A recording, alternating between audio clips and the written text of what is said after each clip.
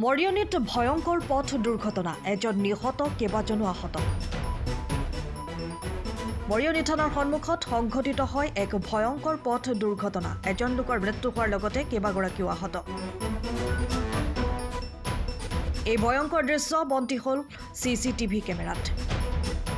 মৰিয়নি থানা তিনিআলিত AS01 SC 5460 নম্বৰৰ এখন 16 চকীয়া ট্ৰাকে এখন এক্টিভা স্কুটিসহ চালকক মহতিয়াই লৈ যায়। ট্ৰাকখনৰ প্ৰচণ্ড খুন্দাত স্কুটিখনৰ চালক সিদ্ধাৰ্থ হাজৰিকা উফৰি পৰে।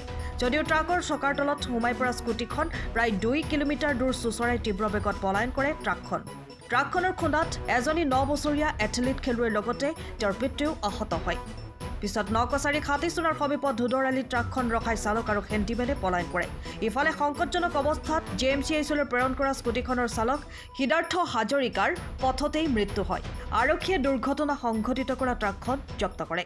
না আমি বাবুজি ষ্টেডিয়াম প্ৰেক্টিছ কৰি থাকা মাছ পোৱালি তাত মানে প্ৰেক্টিছলৈ ওলাই আহিলোঁ যাম বোলে। এই গাড়ীটো ট্ৰাকটো ৰখা আছিলে। এই স্কুটিৱালাখন ভাবিলে যেন তোকো ৰাস্তাত এটি আছে তোকো খালী আছে ওলাই যাম ভাবিলে। গাড়ীটো কি হ'ল ষ্টাৰ্ট কৰি ডাইৰেক্ট মাৰি আহি আহিছে। আমি এনেকৈ ৰখাই আছোঁ, ৰখা এই তাৰপিছত এই স্কুটিটো আমাক মাৰিলে, তাৰপিছত পৰি গ'লোঁ।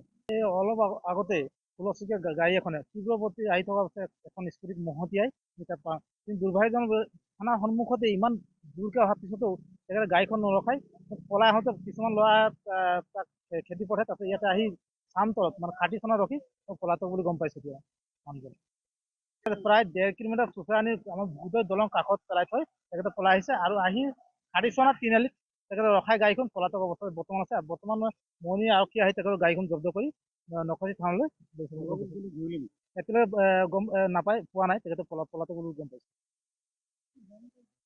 দুৰ্ভাগ্যজনক ঘটনা, তেখেতে আজি মানে অতি তীব্ৰগতি হোৱাৰ কাৰণে এই ঘটনা হৈছে বুলি আমি কওঁ। মৰিয়নিৰ পৰা সপোন ৰহমান শইকীয়াৰ ৰিপৰ্ট, টাইম অফ আছাম। সময়ৰ খবৰ সময়ত পাবলৈ ফ'ল' কৰক টাইম অফ আছাম।